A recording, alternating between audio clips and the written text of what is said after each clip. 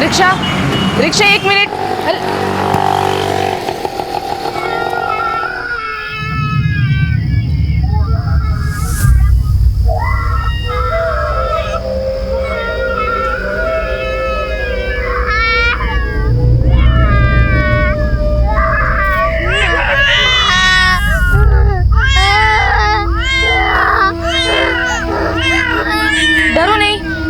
डरो नहीं।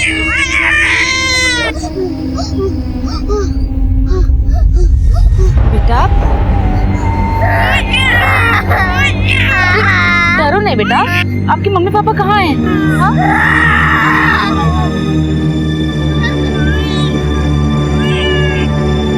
कोई है? बेटा आप चलो मेरे साथ। हाँ आओ मेरे साथ आओ आप।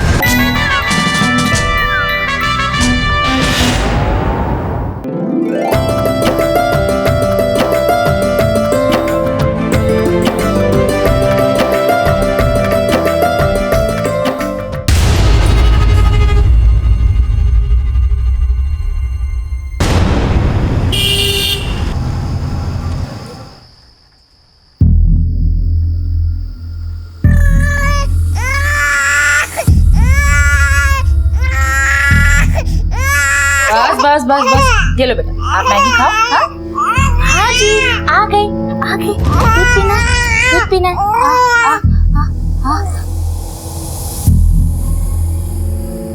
बेटा आप नूडल्स खा ही नहीं रहे हो, मैं खिला दूं? बस बस बस बस।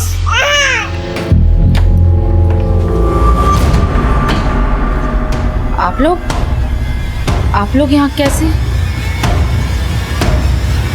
मैं इन्हें लेकर आया। वो बच्चे कहाँ हैं? जी ये रहे। बस बस बस बस बस बस बस। ये बच्चे कहाँ मिले आपको? जी मैं अपनी फ्रेंड के यहाँ से आ रही थी तो तभी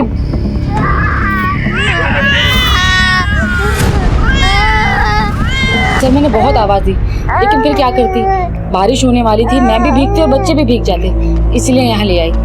सोचा पहले कुछ खिला दूँ, फिर आपको फ़ोन करने ही वाली थी मैं। आपको खिला दिया ना?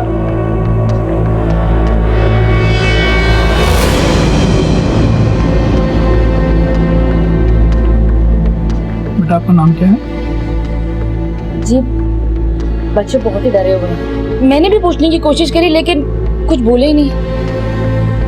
गिरीश एक काम करो, पूरे कमल नगर एरिया को छान मारो। मुझे लग रहा है अगर माँ बाप कहीं आसपास होंगे बच्चों के लिए जरूर परेशान होंगे, और आसपास के सभी पुलिस स्टेशन में मिसिंग रिपोर्ट भी चेक करो। एक बात और, बच्चे जहाँ पर मिले हैं अगर वहाँ पर सीसीटीवी है तो उसके फुटेज भी चेक करो।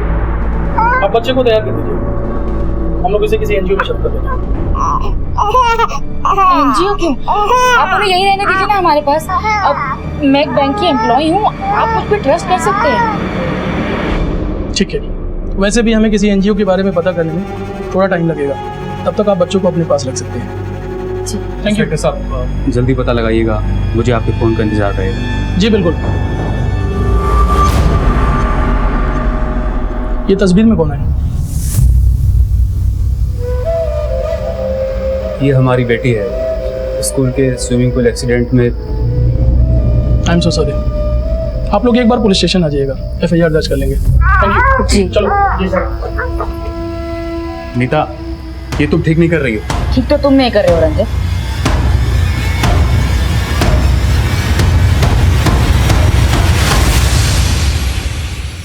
इन दोनों फोटो की जेरॉक्स करा के सारे शहर में पूछ लोगे। एक्सक्यूज मी सर, बच्चों के पेरेंट्स के बारे में कोई इन्फॉर्मेशन मिली?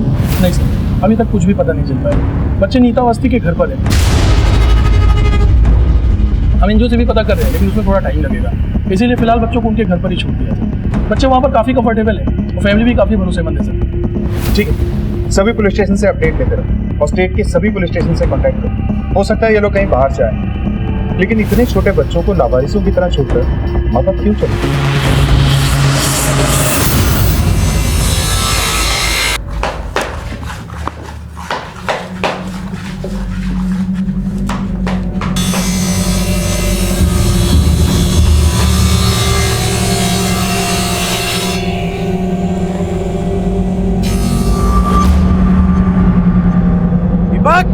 ए दीपक, ठीक है?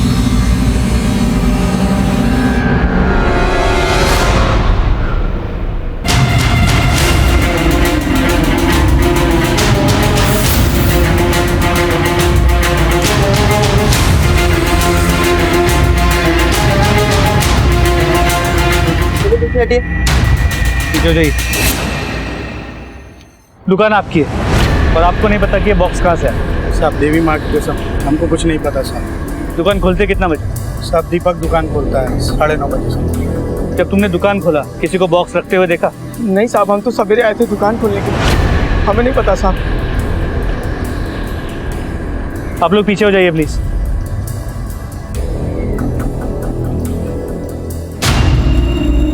कमल, ये बॉक्स किसी कुरियर कंपनी का लगता है, इसका स्टैम्प भी। पता करो किस कंपनी, पर ये भी पता करने की कोशिश करो इसका सेंडर और रिसीवर कौन।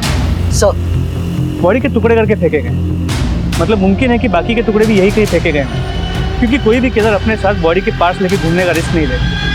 आसपास चेक करो, कुछ मिलता है। सर बॉडी पार्ट्स को देखकर ऐसा लग रहा है कि ये पार्ट्स किसी औरत के हैं। आसपास के पुलिस स्टेशन में चेक करो, किसी औरत की कोई मिसिंग कंप्लेंट है, और जब तक बॉडी के बाकी पार्ट्स नहीं मिलते इन्हें फोरेंसिक भेज। सर साहब, मैंने फोन किया था साहब। साहब इधर आइए। कहाँ पे? साहब हम लोग इधर मछली पकड़ने आते हैं, आ जाए तो साहब ये दें।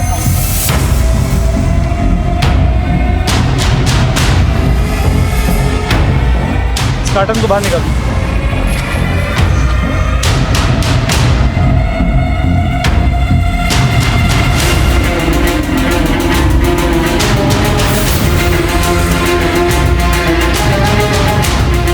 निकालो इसे। लगता है उसी बॉडी का टुकड़ा है जिसके टुकड़े हमें कल उस कारपेंटर के शॉप में मिले। सर लेकिन सिर नहीं मिला, जब तक सिर नहीं मिलता बॉडी पहचानना मुश्किल है। हो सकता है सिर को यहीं पे डिस्पोज करो, आसपास अच्छे से चेक करो, तो बॉडी को फोरेंसिक के लिए भेजो। सर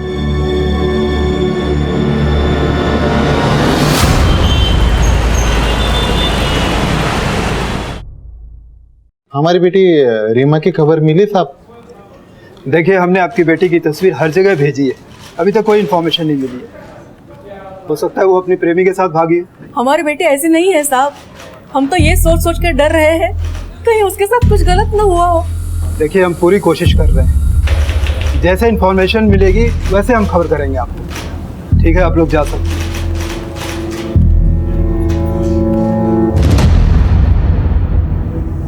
सभी थाने से इस लड़की की अपडेट लेते रहो। सर ये वो कार्टन है जो हमें कारपेंटर शॉप से मिला था, और ये हमें तालाब के पास से मिला। इन दोनों बक्सों में एक औरत की बॉडी के कटे हुए हिस्से मिले, और ये वो कपड़ों के चितड़े हैं जो उन बॉडी पार्ट्स पे जो मैच करते हैं। तो हो सकता है कि ये बॉडी पार्ट्स किसी एक ही औरत के।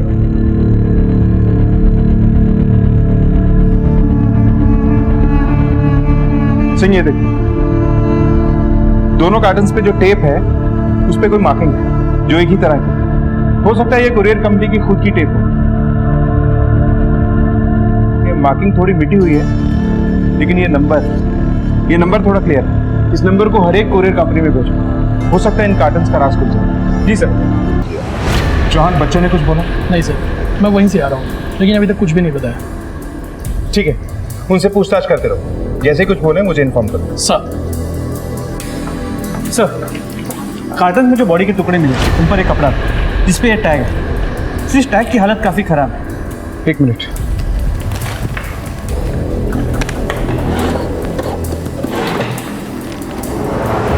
SHEEIA SHEEL। सिंह, ये आई नहीं L हो सकता, यानी शीला। पता करो कि शीला नाम से भी कितने ब्रांड हैं, और ये किसी बड़े डिजाइनर का ब्रांड नहीं लगता। इस पैमाने पे डिजाइनिंग करने वाली कई छोटी छोटी कंपनी हैं, लेकिन शीला नाम पे जितने भी ब्रांड रजिस्टर्ड हैं सबके बारे में पता। और हाँ, एक ही जैसे कार्टन बॉक्स और इन कपड़ों के टुकड़ों से ऐसे लगता है कि ये बॉडी किसी एक ही औरत की है। खैर, फॉरेंसिक रिपोर्ट से सब क्लियर हो जाएगा। तुम इस ब्रांड के बारे में पता करो। सर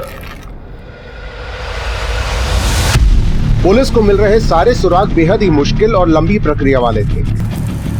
जी हाँ, ये लेबल तो हमारा ही है और ये गारमेंट हम बहुत लोगों को सप्लाई करते हैं। पहले होलसेलर्स, फिर रिटेलर्स, और रिटेलर्स में भी शॉपकीपर्स के पास जाते हैं, फिर रोड में बिजनेस करने वालों के पास भी। पर सर, आप जानना क्या चाहते हैं? देखिए, हमें एक बॉडी मिली जिस पर एक कुर्ती थी, तो इस कुर्ती में आपका ये लेबल लगा था। ये लेबल मैं आपको बता दूं कि हम 2 साल पहले बनाना बंद कर चुके हैं। हमने अपनी डिज़ाइन बदल दी है, और ये लेबल कुछ महंगे कुर्ते में ही लगते थे जो कुछ खास शहरों में हम बेचते हैं।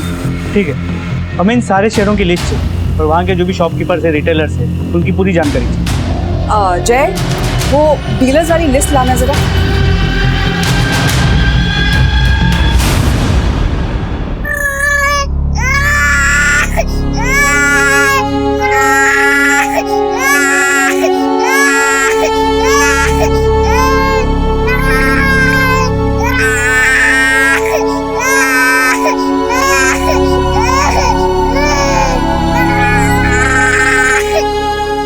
सर, उन दोनों कार्टन्स में जो बॉडी के टुकड़े मिले, उनकी फोरेंसिक रिपोर्ट। सर, रिपोर्ट से पता चला है कि वो सभी टुकड़े किसी एक ही औरत की बॉडी के थे, जिसकी उम्र करीब 30 साल हो। और वो कपड़े के टैग से कुछ पता चला? सर, हमने करीब 55 दुकानें और 350 डीलर्स को शॉर्टलिस्ट किया, जहाँ से शायद उस कुर्ती को खरीदा गया। और उन कार्टन बॉक्स के बारे में कुछ पता? सर, उस कार्टन पे जो लेबल था और जिस टेप से उसे बांधा गया, उस पर अरेबिक में लिखा। मतलब ये कुरियर कंपनी इंटरनेशनल कुरियर में भी डील करती है? जी सर। सर, हमने करीब 90 कुरियर कंपनी से बात की, पर फाइनली एक कंपनी ने बताया कि इस कंसाइनमेंट को उन्होंने हैंडल किया। उनका नाम है लोडेड कुरियर्स। इस कुरियर कंपनी में जाके इन बॉक्सेस के बारे में पता करें। जी सर।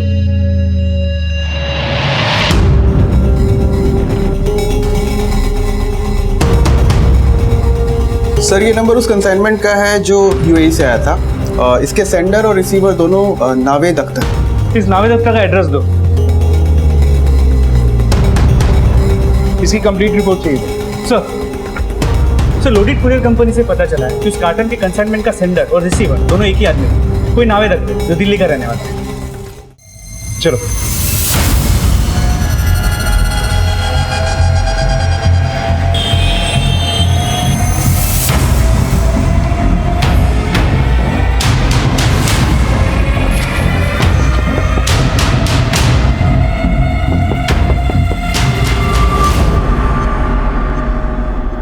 जी कहिए सर। इस कार्टन को पहचानते हैं? हाँ सर, इन कार्टन्स में हमारा सामान आया था। कहाँ से? दुबई से। सर, हम लोग दुबई में रहते थे, कुछ ही दिन पहले हम इंडिया वापस आ गए। कितने कार्टन थे ये? I think 12। नहीं सर, 12 नहीं, 14 कार्टन थे। हाँ सर, 14 थे। लेकिन अभी तो तुमने कहा 12 थे। सर, क्या है ना कि याद नहीं रहा। वैसे पैकिंग की सारी जिम्मेदारी इन्होंने संभाल रखी थी। मैं तो अपना बिजनेस रैप अप करने में मशगूल था सर। क्या बिजनेस था तुम्हारा? ट्रेडिंग कमीशन का। इन कार्टन्स का क्या किया आपने? दिखाइए हमें। ये रहे सर। ये तो सिर्फ 8 है, अपने 14 गए। खाली कार्टन्स थे सर, होंगे कहीं यहाँ वहाँ तो हुए हैं, लेकिन लाश के टुकड़ों के साथ। अब अपने दिमाग पे भरपूर जोर डाल के हमें बताओ कि वो कार्टन्स कहाँ हैं, या फिर लॉकअप में ले जाके याद दिलाने में मदद करें हम तुम्हारी। याद आया सर, हमने कुछ कार्टन्स हमारी काम वाली बाई को दिए थे। उसने कहा था कि उसे घर का सामान रखने के लिए जरूरत है। उसका नाम और एड्रेस है ना सर? सबका नाम, एड्रेस, फोन नंबर सब लेकर रखा है। ये पास ही में 4 मकान छोड़ के रहती है। इस एड्रेस पे जाके वेरीफाई करो। सर, इन सालों से यहाँ रह रहे हैं, अल्लाह के करम से कभी पुलिस नहीं आई घर। पता नहीं मैडम ने क्या कर दिया। साहब, मेरे पास सामान रखने के लिए सूटकेस नहीं था, इसलिए मेम साहब से ये बक्से मांग लिए। ये तो 3 बक्से, बाकी के 3 का? मेम साहब ने तो मुझे ये 3 बक्से ही दिए। तुम्हारी मेम साहब नहीं कहा, सारे बक्से तुम्हारे पास। अल्लाह खैर करे साहब, हमारे पास बस 3 ही बक्से हैं। मेम साहब झूठ बोल रही है। आपके 14 कार्टन्स में से 8 आप ही के घर में, 3 आपकी नौकरानी के, बचे हुए 3 का है। बोलो। मैं बताता हूँ। 3 कार्टन्स में तुमने बॉडी को ठिकाने लगाया था, जिनमें से 2 हमें मिल चुके हैं। अब बताओ। हाँ सर, याद है सर। दुबई से इंडिया पहले मैं आया था और 1 हफ्ते बाद मन्नत आई थी, और यहाँ आने के बाद मानेसर में मेरा एक पुराना मकान है सर। उस मकान में कुछ पुराना सामान और ना इस्तेमाल होने वाला सामान उन्हीं कार्टून्स में पैक करके रखा।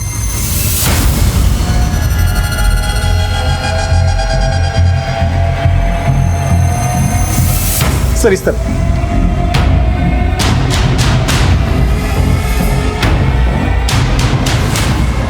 यहाँ तो ताला लगा है। चाबी है मेरे पास। खोलो।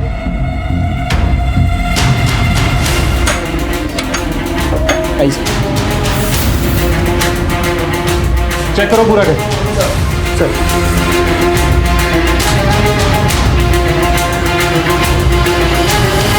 सर यही सब सामान कार्टून्स में रखा था।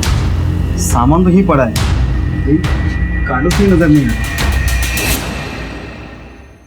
सर अंदर कुछ नहीं मिला। सर मैंने घर किराए पे दिया था, लगता है घर चोरी चले गए बिना बताए। नंबर है उसका? है ना सर?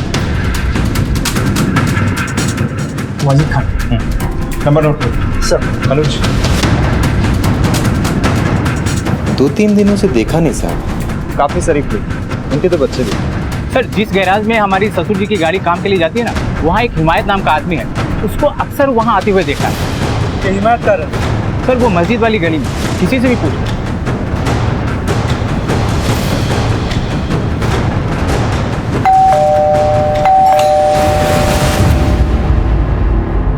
जी कहिए। पुलिस। और साहब बात क्या है? मतलब वाजिद को जानते हो? जानता हूँ, मतलब साहब मेरा भाई है, सगा भाई है। कहाँ है वो? अपने घर पे होगा, और कहाँ हुआ साहब? वो घर पे नहीं। तो सर उसकी बीवी होगी घर पे, उससे पूछिए कहाँ है। घर पे ताला बंद है और दोनों के फोन भी बंद है। हम जानना चाहते हैं वो लोग हैं कहाँ। मेरा एक बड़ा भाई है इम्तियाज साहब, मैं उससे फोन करके पूछता हूँ कि शायद उसे मालूम हो साहब। वाजिद या जोया, दोनों में से कोई भी तुमसे कांटेक्ट करे तुरंत हमें बताना। जी जी साहब।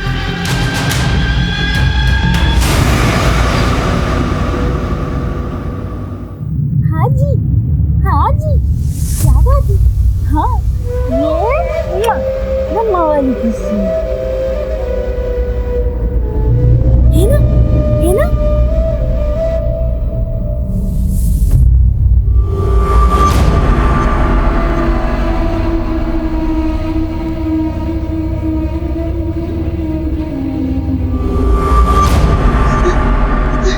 हमें अब्बू के पास जाना है।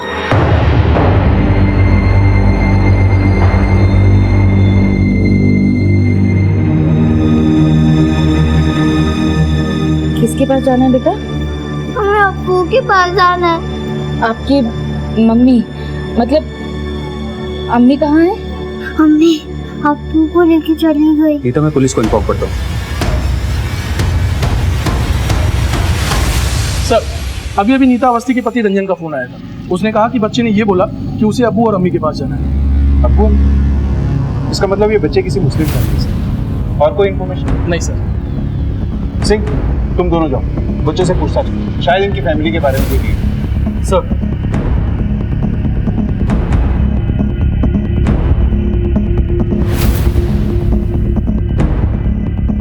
बेटा तुम्हारे स्कूल का नाम क्या है? मेरे स्कूल का नाम मॉडर्न। मॉडर्न क्या बेटा? मॉडर्न। बेटा तुम्हारा स्कूल है कहाँ? मॉडर्न।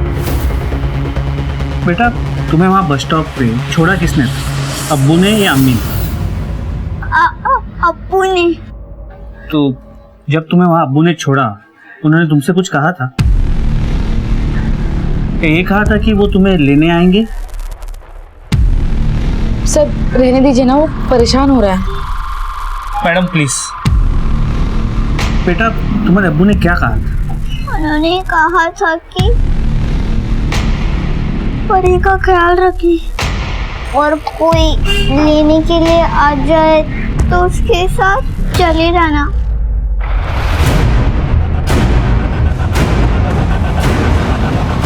आप दोनों से थोड़ी बात करनी है, जरा बात करो। आप इन बच्चों को पहले से जानती है ना? नहीं सर, मैंने आपको पहले भी बताया कि ये दोनों उस रात मुझे रोड पर मिले थे। फिर वो बच्चा ये क्यों कह रहा है कि उसके अब्बू ने कहा था उसे बस स्टॉप पे लेने कोई आएगा और उसके साथ चले जाना? मुझे नहीं पता था, हो सकता है सच में इन्हें कोई लेने आने वाला हो। लेकिन ये भी हो सकता है उन्हें लेने आप ही जाने वाली थी और उसके अब्बू ने आपको पहले से बता दिया। ये क्या बकवास है सर, मैं किसी को नहीं जानती। देखिए, हमने आपके बारे में सब कुछ पता कर लिया। आपके बच्चे के गुजर जाने के बाद आप एक दूसरा बच्चा चाहती थी, है ना? हर औरत चाहती है सर। लेकिन अब आप मेडिकली मां नहीं बन सकते, ये बात भी सच है।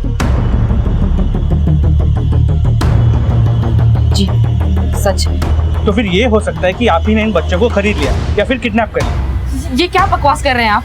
सलामत एनजीओ को कांटेक्ट करो। सर, बच्चों की कस्टडी ले लो। सर सर प्लीज उन्हें मुझसे अलग मत कीजिए। देखिए वो यहाँ पर खुश है, वो बच्ची मेरी गोद में आके ऐसे चुप हो जाती जैसे अपनी माँ की गोद में हूँ। आप उन्हें ले जाकर उन पर जुल्म मत कीजिए प्लीज। सर खबरदार कोई नहीं लेकर शहजाद, इधर आओ बेटा मेरे पास आओ। कोई नहीं, बच्चे को छोड़िए आप। रोको ना, रोको ना रंजन। नीता, वो हमारे बच्चे नहीं हैं, जाने दो उन्हें। यहाँ गुरुग्राम में जितने भी स्कूल के नाम में मॉडर्न आता है, वहाँ जाके इन बच्चों के बारे में पूछताछ करो, पता करने की कोशिश करो उनके माँ बाप का नाम क्या है और उनका एड्रेस क्या है। सर कोई लीड नहीं मिला। अब तक इस केस में हम किसी भी नतीजे पे नहीं पहुंच पाए। सिंह, इस केस को सॉल्व करने के लिए हमें वाजिद और जोया की हिस्ट्री को खंगालना होगा। वाजिद के भाइयों को एक बार फिर से बुलाओ, उनसे दोबारा से पूछताछ करें। साहब, मेरी फैमिली है, बेगम है, एक बच्चा है। और साहब, हम लोग महीने 2 महीने में एक बार ही मिलते हैं। रहते गुरुग्राम में ही है, पर घर बहुत दूर दूर है, तो आना जाना कम ही होता है। काम कहाँ करता है? फिलहाल तो कोई काम नहीं है साहब उसके पास, बेकार ही था वो। देखिए, वाजिद के घर से 3 बक्से गायब हुए थे, उनमें से 2 में हमें एक औरत की कटी हुई लाश मिली। हम जानना चाहते हैं कि वाजिद और जोया के आपसी रिश्ते कैसे? बहुत अच्छे रिश्ते थे साहब, उन्होंने तो लव मैरिज की थी।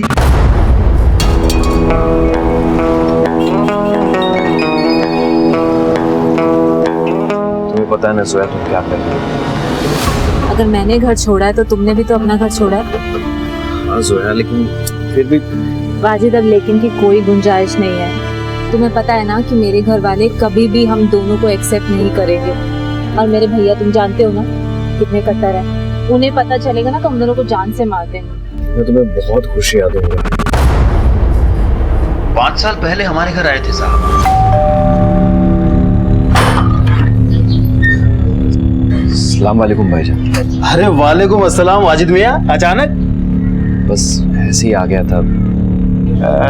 ये भाईजान, ये जोया है, अपने ही गांव की है। हम दोनों घर से भाग कर आए।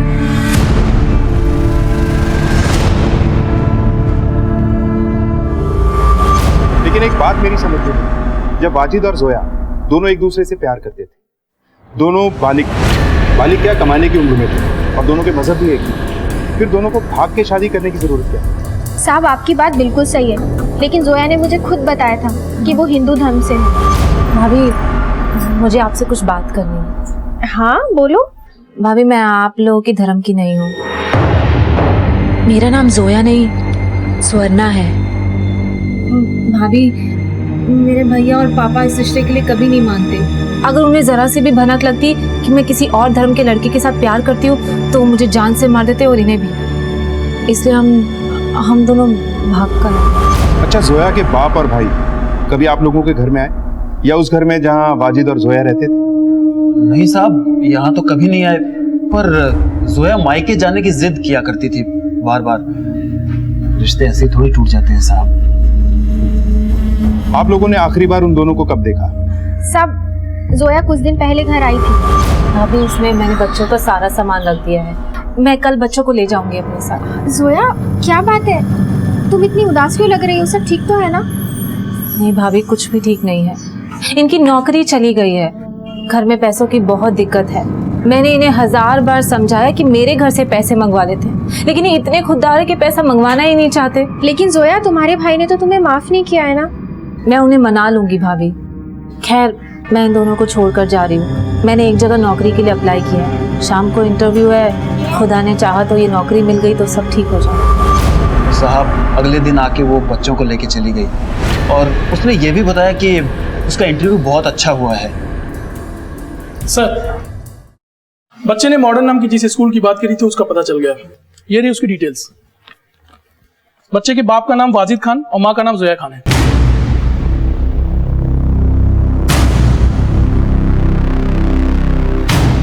फोटोग्राफ दिखाओ। सर,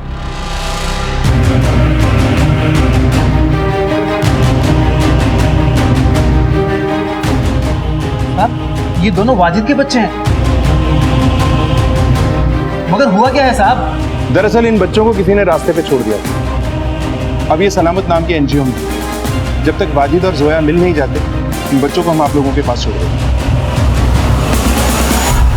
साहब मेहरबानी करके ऐसा मत कीजिएगा। हमें मालूम नहीं है कि वाजिद और जोया कहाँ है इस वक्त। अल्लाह ताला उन्हें सलामत रखे। अगर उन्हें कुछ हो गया तो साहब हम उनके बच्चों की परवरिश नहीं कर पाएंगे। ठीक है, मुझे वाजिद का अजमेर का एड्रेस चाहिए और जोया के पेरेंट्स का भी। और हाँ, हमारी इजाजत के बिना आप लोग इस शहर छोड़ के जाने की सोचना भी।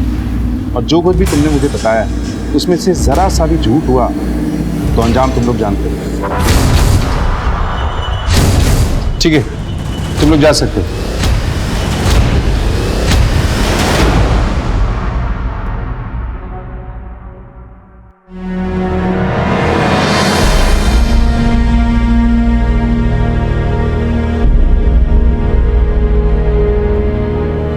शहजाद, मेरा बेटा पायलट बनेगा, पायलट। हाँ, मैं पायलट बनूंगा और उड़ूंगा। अच्छा, कैसे?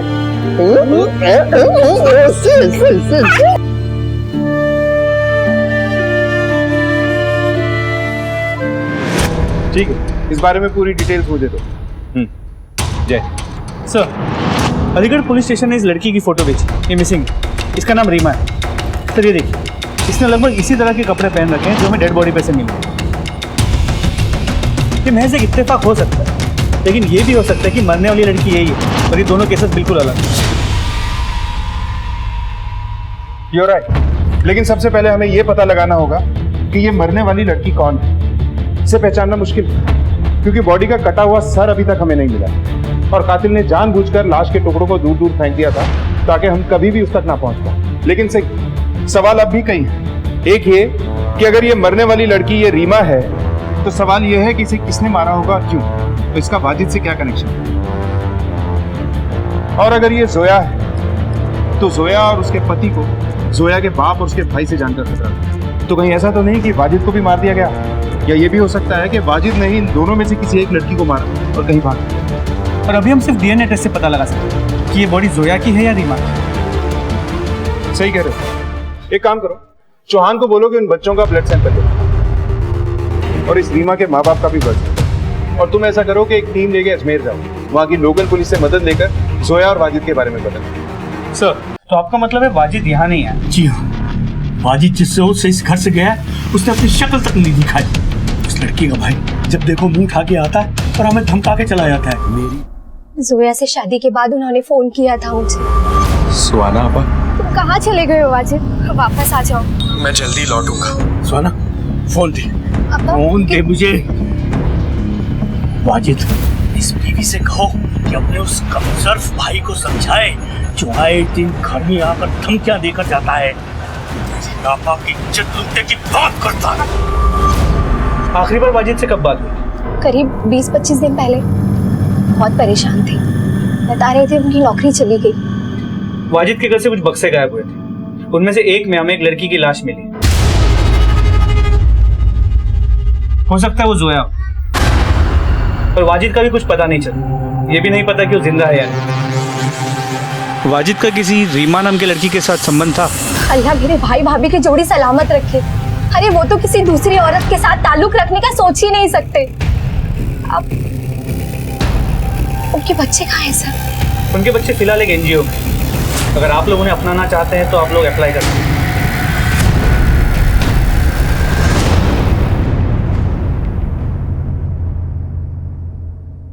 देखिए साहब, न तो हम ये जानते हैं कि वो लड़की कहाँ है और न ही हम जानना चाहते हैं। आपकी स्वर्णा से आखिरी बार बात कब हुई थी? 5 साल पहले। जब वो इस घर की बेटी थी और मेरी बहन थी, उसके बाद कभी उसने कॉल नहीं किया। हमें आपके ब्लड सैंपल चाहिए। क्यों? हमें एक लड़की की लाश मिली जिसका सिर नहीं, पर हमें उसकी शिनाख्त करने में मुश्किल हो रही है, तो हम डीएनए मैचिंग करके देखना चाहते हैं कि क्या वो लड़की स्वर्णा है। हमारी बदकिस्मती है कि उसकी रगों में भी हमारा ही खून दौड़ रहा है, और भगवान से मानूंगा कि लाश उसी की हो। सर, अजमेर में जोया और वाजिद दोनों के घर वालों से बात हुई। मुझे लगता है कि ऑनर किलिंग का केस हो सकता है, क्योंकि वाजिद के घर वालों ने बताया कि जोया और वाजिद के भाग जाने के बाद जोया के भाई राज ने वाजिद के घर वालों को कई बार धमकाया, और ये भी कहा था कि अगर जोया और वाजिद वापस आए उन्हें मार दे। तुम ठीक है तुझसे, ये ऑनर किलिंग का मामला हो सकता है। एक काम करो, राज के कॉल रिकॉर्ड से करवाओ, और गुरुग्राम में जहाँ ये वाजिद रहता है वहाँ लोगों को राज की फोटो दिखाकर पूछो क्या कभी किसी ने उसको वहाँ देखा। सर,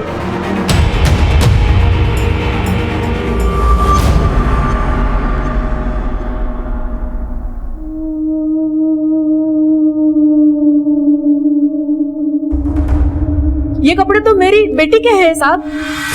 आप लोगों को पूरा यकीन है कि ये कपड़े आपकी बेटी की? मुझे आज भी वो दिन याद है जिस दिन वो ये कुर्ती खरीद कर लाई थी।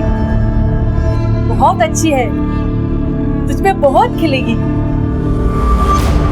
देखिए, हमें एक लड़की की कटी हुई लाश मिली, ये कपड़े उसी लाश पर से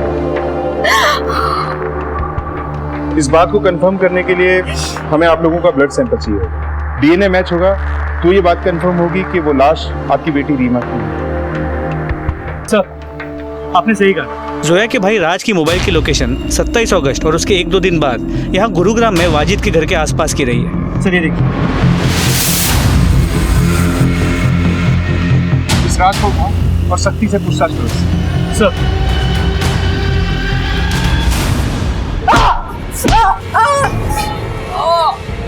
बस चल, शुरुआत मैं कर दे। तू गुरुग्राम गया था 27 तारीख को, तूने ट्रेन की टिकट भी ली। अब आगे की कहानी बोल। मैं स्वर्णा और उसके आशिक दोनों को मारना चाहता था। एक दोस्त ने मुझे उनका पता बता दिया था। उस दिन मैं उनके घर चला भी गया था, लेकिन वहां ताला लगा था। उसके बाद मैं रोज उनके घर जाता था, लेकिन घर लॉक्ड रहता था। राज, ये तो सिर्फ तेरी आधी कहानी है। तेरी आगे की कहानी मैं बताऊं। तू उनके घर गया, घर के अंदर भी गया, और तूने उन दोनों को मार दिया। जोया की लाश तुम्हें मिल गई। अब ये बता कि तूने वाजिद की लाश को कहाँ ठिकाने लगाया, बोल। काश मैं अपने हाथों से उन दोनों की जान ले सकता। उन्होंने कोई इतना बड़ा गुनाह नहीं किया था, सिर्फ जिससे प्यार किया उसी से शादी की। इसे तब तक अंदर रखो जब तक वाजिद का कुछ पता नहीं चलता। जैन सर, बच्चों की डीएनए रिपोर्ट आ गई है।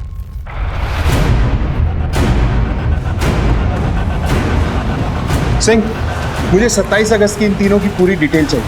कौन कहाँ था, क्या कर रहा था, किससे मिल रहा था। सर, पुलिस के हाथ कुछ अहम सुराग लग गए थे। अब उनके शक और तफ्तीश का दायरा भी सीमित हो गया था। सर, एक इंपॉर्टेंट बात पता चली। क्या? हत्या वाली रात यानी 27 अगस्त को हमें जिस जिस जगह लाश के टुकड़े मिले थे, हर उस जगह पे एक टेम्पो को देखा गया। सर, हमने टेम्पो के मालिक का पता भी लगा लिया। ये रही उसकी डिटेल। सर, रीमा की लीड मिली, उसका फोन अभी अभी स्विच ऑन हुआ था। लगता है इस केस से बहुत जल्द पर्दा उठने वाला है, क्योंकि हमारी हरकत को देख के हत्यारे भी हरकत में आएंगे और कोई ना कोई गड़बड़ जरूर करेंगे। सब पे नजर बनाए रखो। और चौहान, इस टेम्पो के मालिक को उठा के लाओ, और तुम रीमा को ट्रैक करो।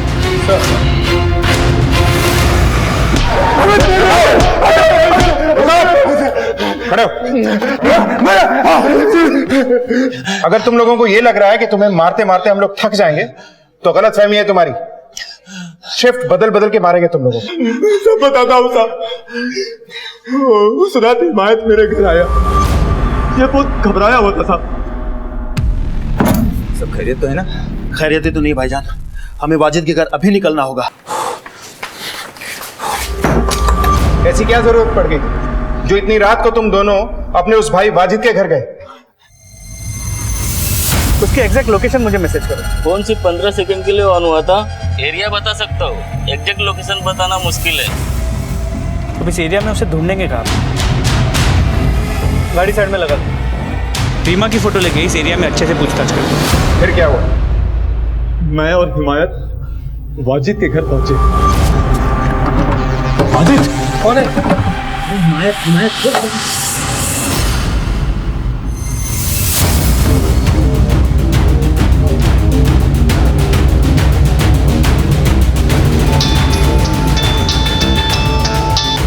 बोलो। सर उसने अभी फोन ऑन किया है। इसके पहले कि उसका फोन स्विच ऑफ हो जाए उसका लोकेशन ट्रेस करो, इमीडिएटली भेजो मुझे।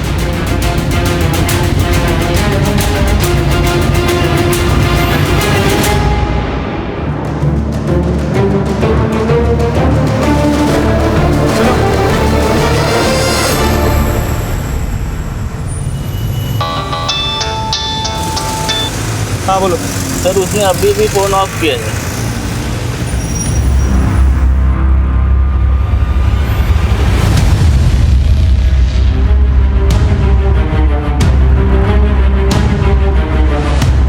ये क्या किया?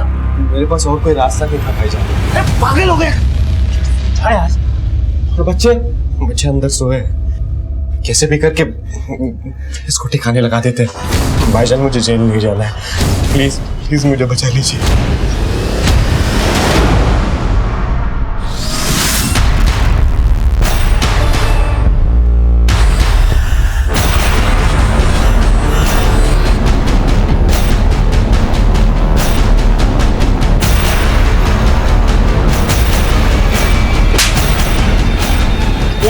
लड़की का है।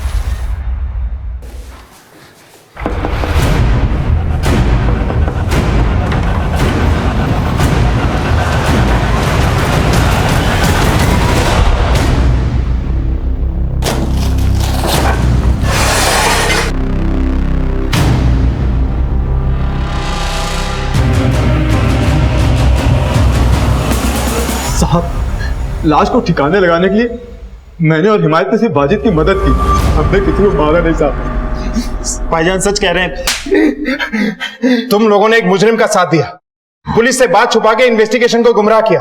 देखते जाओ तुम लोगों पे कितनी दफाई लगेगी। तब तक तुम्हारे उस लाडले भाई से पूछते हैं कि आखिर हुआ क्या था। साहब साहब साहब साहब Singh sir please please please मत मारिए। चल बोल, ये सब क्यों किया, वरना उल्टा लटका के मारूंगा। सर मेरी और जोया की शादी हो गई थी, मैं उससे बहुत प्यार करता था। वो दूसरे धर्म के होने के बावजूद उसने हमारे मजहब में अपने आप को बहुत अच्छे से ढाल लिया था। उसके घर की माली हालत भी बहुत बेहतर थी हमसे। और यहाँ मैं 2 वक्त की रोटी के लिए दर दर भटक रहा था। नौकरी ढूंढ रहा था मैं, पर मिल नहीं रही थी। मैंने जोया से जो भी वादा किया था वो मैं पूरा नहीं कर पाया था, इसलिए दिन ब दिन वो गुस्सा हो रही थी मेरे ऊपर। वाजिद सिर्फ प्यार मोहब्बत से घर नहीं चलता, घर चलाने के लिए बहुत सारी चीजें चाहिए होती है। तुम खुद तो काम नहीं करते, कम से कम मुझे तो काम करने दो। हाँ तो करो ना, मैंने कब मना किया तुम्हें? वाजिद मैं सिर्फ अपने लिए नहीं इस घर के बारे में सोच रही हूँ। अरे यार तो सोचो ना, जाओ प्लीज मेरा दिमाग खराब मत करो यार। मैं दिमाग खराब कर रही हूँ? मैं दिमाग खराब करूँ कि तुमने मेरा दिमाग खराब कर रखा है? तंग आ गई हूँ मैं इस घर में। रोज रोज की किटकिट की वजह से वो मेरे दिल से उतर रही थी। एक दिन दोस्त की शादी के सिलसिले में मैं चंपारण गया, तब मैंने रीमा को पहली बार देखा था। वो पहली नजर में मुझे पसंद आ गई थी और मैं भी रीमा को पसंद आ गया। मैं इसे सब कुछ सच सच बताने वाला था, लेकिन मैं डर गया था कि अगर इसे सब कुछ सच सच बता दूं तो ये मुझे छोड़ देगी।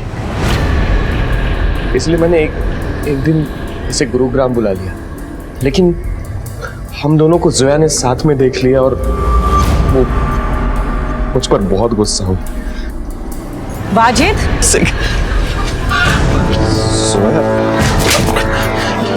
तो ये वजह थी तुम्हें काम ना मिलने की? नहीं नहीं जोया मेरी बात सुनो।